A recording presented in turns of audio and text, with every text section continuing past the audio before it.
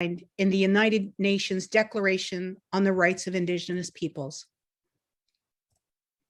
I will be revitalizing and evolving the Assembly of First Nations organization to reflect the people that it serves by making the AFN a more responsive organization that reflects regions and nations.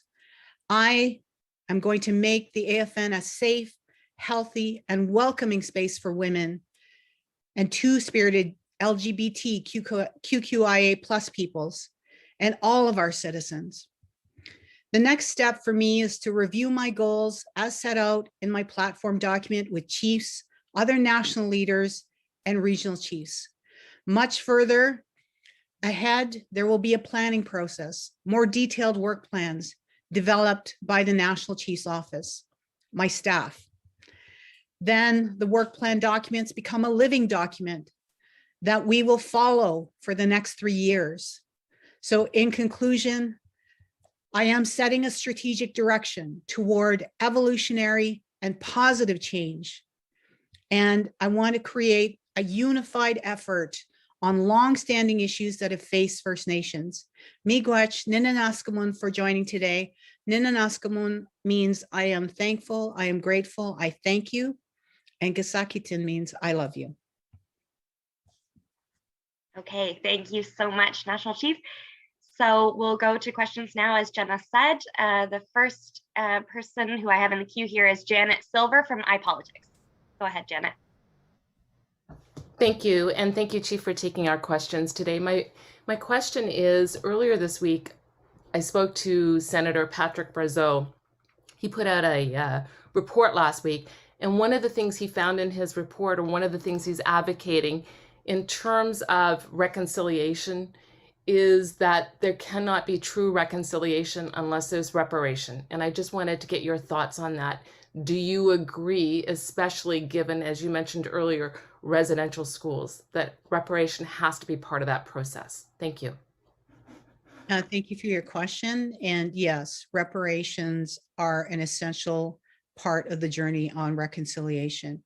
We have seen the settling of a national class action where survivors were compensated, but that's only one piece of reparations. Our communities have had long-standing negative impacts as a result of colonization, particularly residential schools. And we need those reparations to happen not only with individuals, but communities and nations. And we need a national process for healing, for our people, for our intergenerational survivors, for our survivors, but we also need a space for all Canadians to heal together. Thank you so much, Janet. Rhiannon Johnson, CBC Indigenous. Hi there. RoseAnne, congratulations on your victory. I'd like to ask you about the internal AFN investigation into bullying and harassment allegations against you. The investigative independent report found 10 potential complainants from male and female AFN staff, which the independent investigator found credible. The only reason a formal complaint wasn't filed was because the independent investigator found the complainants feared reprisal from you. How do you respond to these accusations, and do you intend to implement a whistleblower policy, which is one of the main recommendations of the report? Thank you. Thank you for the question. I can't comment on a confidential report. I am bound by confidentiality, but I know that this was brought forward, and it has certainly been brought forward for quite some time in an effort to, I believe, slow down the progress we need to make in terms of having a woman national chief. And I certainly want to let people know that my goal is to remain positive and respectful, and I won't, go Reporter. Join the meeting. But I remain positive, and I want to share a little bit about my history with you. You know, Rhiannon, that when these kinds of things come forward, there's often a pattern and that you can turn to. And we saw this with the report for the governor, the former governor general, that there was a history So I want to tell you that in the 31 years that I've been involved in politics, I have never had a single complaint filed against me, not even when I was a chief, nor in any role that I previously held. However, I have been the victim of workplace harassment, and I know what that feels like. And so I'm committed to creating safe and healthy working spaces for everyone. For too long, organizations like AFN have allowed this kind of behavior to continue, and we need to change that. And I'm committed to bringing that change. We have to ensure that our organizations modernize, that we leave behind the days of bullying and harassment that have negatively impacted all those voices that have been silent. We need to bring back unity and respect. And I think that it's important to say that there were no formal complaints made. And I was never interviewed for this report. And the process undertaken didn't follow the guidelines as outlined in the AFN Code of Conduct. Finally, $250,000 was spent on investigations. And they were all initiated without zero written complaints, none. Money was spent on this, and I have always said it has been very much difficult for me, and I have felt targeted, and I have felt that this happened because of reprisal. Because in December, I stood up for a resolution calling for an independent review on harassment and bullying of women and two-spirited LGBTQIA+ peoples. And that was the beginning of the journey for me. That's when the reprisal started immediately. Within a minute, I received an email from a chief, a harassment email harassing me right out of the gate. And I knew that because I spoke out, that there would be retaliation. But you know what? I kept walking forward, Rhiannon. I kept walking forward because I believe in the truth. And I held the truth in my heart. And I walked forward in a good way with dignity and respect. And I continued to extend the healing hand to everyone at the AFN. And you'll see that that was not reciprocated. And so I want to just say that, you know, I want everyone to feel safe. That's what I want. And that's why I will always respect and welcome these kinds of investigations, because I want everyone to feel safe, protected, and respected in the workplace. And yes, in many ways, I felt like a whistleblower, you know, when I brought those issues forward. And so I absolutely support a whistleblower policy at the AFN. And so I want everyone else also to know that there are formal processes that help us to resolve these kinds of issues, and that these processes will always respect the rights of those who have felt disrespected or hurt. And but considering the timing and the situation surrounding, you know, the election, I was always concerned about the motivation of the allegations and how those confidential reports were continually leaked. And so I was caught by surprise. But I want to just say that I will stand up for everyone and anyone who is compelled to share their truth, and will always ensure that the process is fair and respected. I'm 100% committed to creating a safe, healthy working environment. And that is part of the change that I'm going to bring to the AFN. That's a part of the change that begins today. Miigwech for your question. Thank you so much, National Chief. Okay, next we have Olivia Stefanovich, CBC News. Good morning, National Chief Archibald. Congratulations on your victory. I would like to follow up on your answer there. To clarify, are you denying these allegations of bullying and harassment against you by these 10 AFN staffers who are both male and female? And you say you support a whistleblower policy. How soon could we see that implemented? And if I may, you mentioned that you'd like to see more financial transparency from the AFN. Will you commit to a financial audit now that you are National Chief? Thank you for that. And again, it's a confidential report, so I can't comment on it. I can't comment on anything that is in the report or any questions around the report. It's not proper.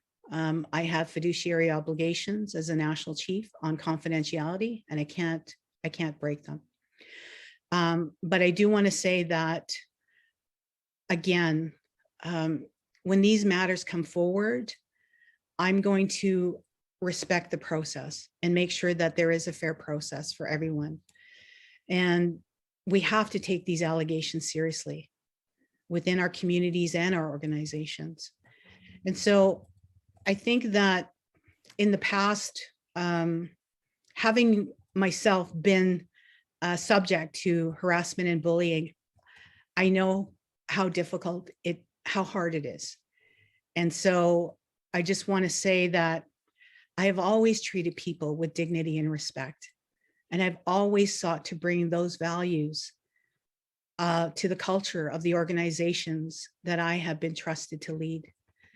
And so I ran for National Chief to bring better, more inclusive governance to the AFN, one that puts an emphasis on creating safe and healthy workplaces for all people.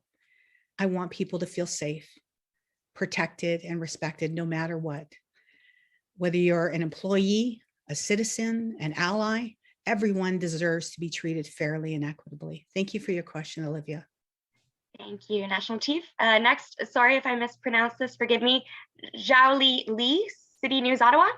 You pronounced it perfectly, no worries. Oh, good.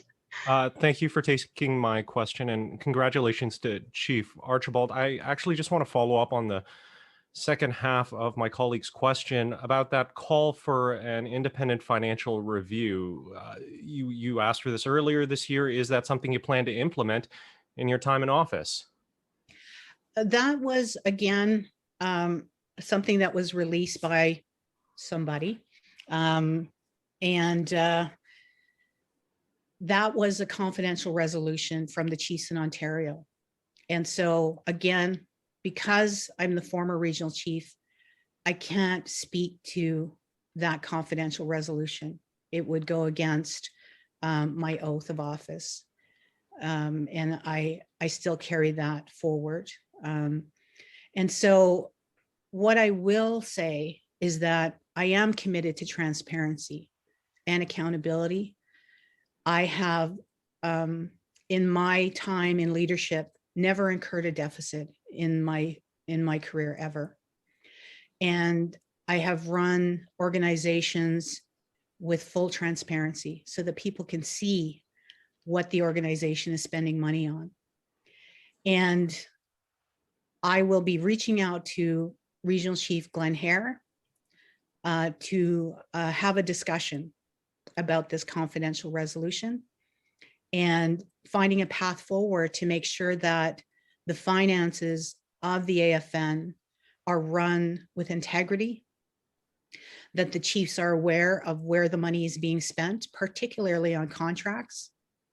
And I will actually ensure that we create the proper mechanisms to have a healthy organization financially. And I've been told many times that this organization is very opaque.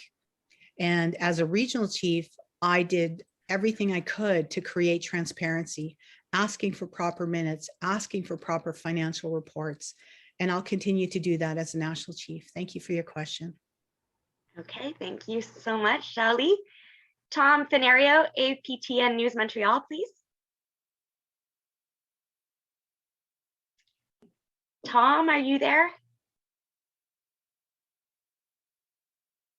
Okay, I don't hear Tom anywhere. So Crystal of Global News, please.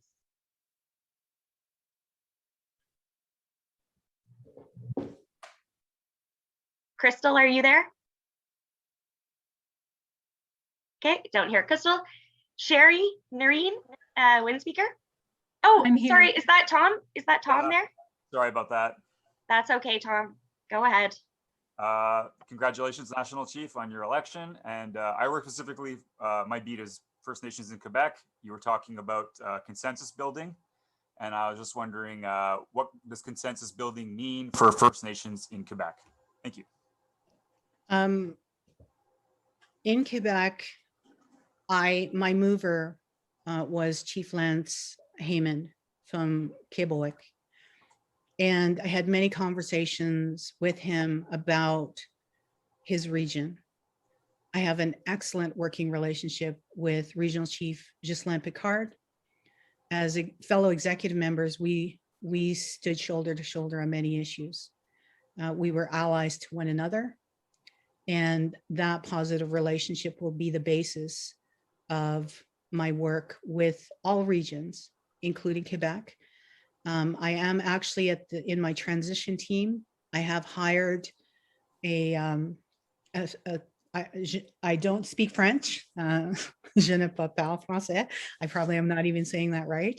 But I have hired a fluent French speaker to help me navigate the issues in Quebec and to make sure that their voices are amplified and that their issues are brought forward and that I am supporting them and standing with them on the national stage to ensure that their rights and title and inherent and treaty rights are respected. Miigwech for the question. Thank you so much, Tom and National Chief. Sherry, sorry for cutting you off there a moment ago. This is Sherry Noreen, wind speaker. No problem. Congratulations, National Chief Archibald. My question to you is, you won yesterday with the support of less than 1/3 of the chiefs. Does that concern you? And how do you build bridges with that? No, first of all, it doesn't concern me. With elections and the way the structure is, Reg Bell Rose conceded. And so how we would normally do it in a traditional selection process, which is how I was selected as regional chief, is all of those chiefs would then come and stand behind me physically in our election process in Ontario. And so I envisioned all of those chiefs standing behind me. And I feel that. I received hundreds and hundreds and hundreds of text messages from right across this country, chiefs from every region, male, female, two-spirited. So I feel embraced, I feel loved, I feel supported. And Sherry, you know that we've had a conversation about my heart-centered approach to leadership. And with this love and this deep and abiding love and care that I have for everyone, I know that we're going to move forward in a good way. I hope I've answered your questions, Sherry. I look forward to talking to you again at some point. Miigwech. Thank you. Thank you. Thank you so much. Crystal Oak from Global News, are you there? Crystal? Okay, I don't hear Crystal or see Crystal, so I'll go to Teresa Wright from Canadian Press. Thank you very much for taking my question and congratulations on your election, National Chief. I wonder if you can talk to me about whether you, just based on some of the comments you made earlier, whether you encountered any concerns or misogynistic attacks during the campaign or in the lead up to it. And also if you could share why you think it has taken this long for a woman to be elected National Chief of the Assembly of First Nations. Thank you for the question. No, I did not have any misogynistic experiences at all in this election. I had them before the election, but not during. So I'm really grateful for that. And I've always said that I look at the chiefs in my fellow leaders as my brothers. I grew up with 6 brothers.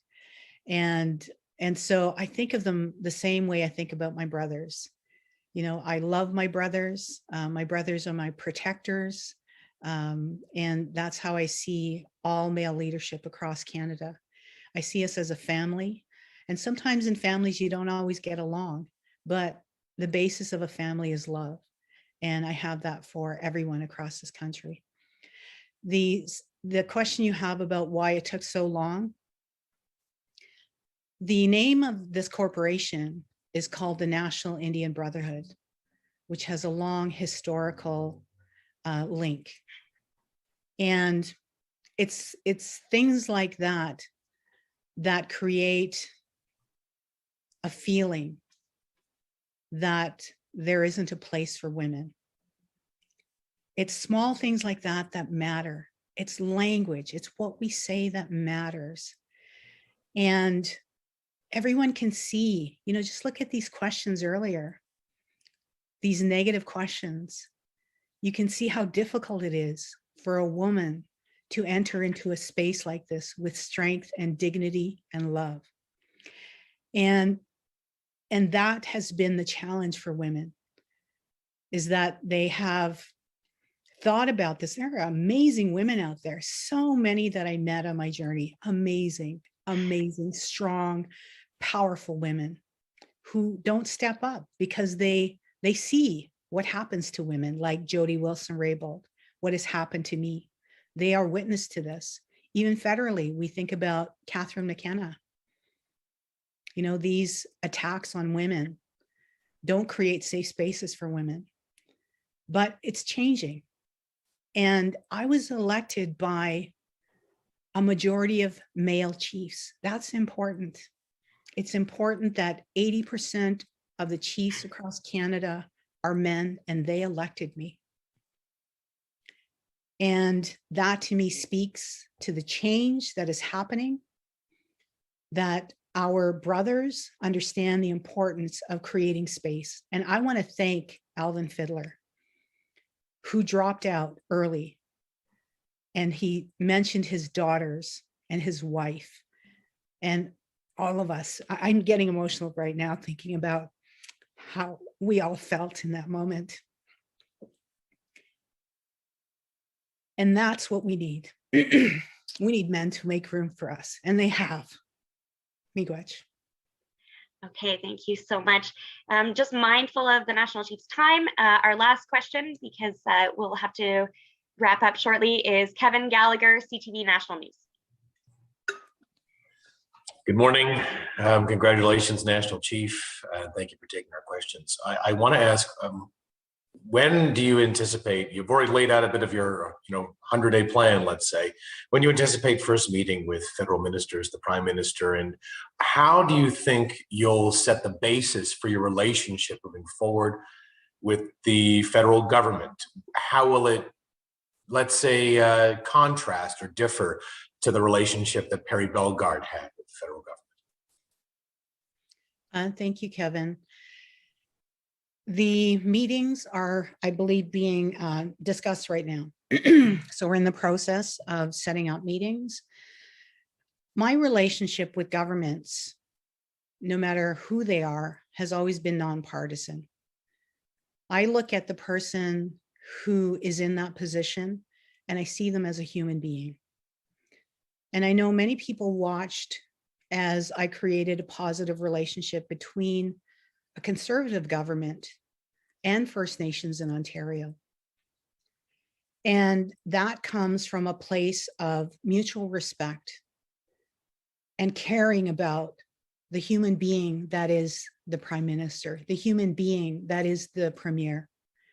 And when you base your relationships in that kind of respect, only good things will happen.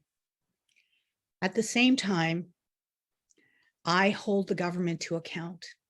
You can ask the Ontario government about the many times we have been at loggerheads. I have the ability to, one, create space that is respectful and kind with other leaders, and at the same time, hold them to account. I'm holding two spaces within me. I'm not just one, hi, I'm going to be your friend all the time. That's not me. And so that's my plan moving forward. And I know that with that heart-centered approach, together with any government, we can move the yardstick.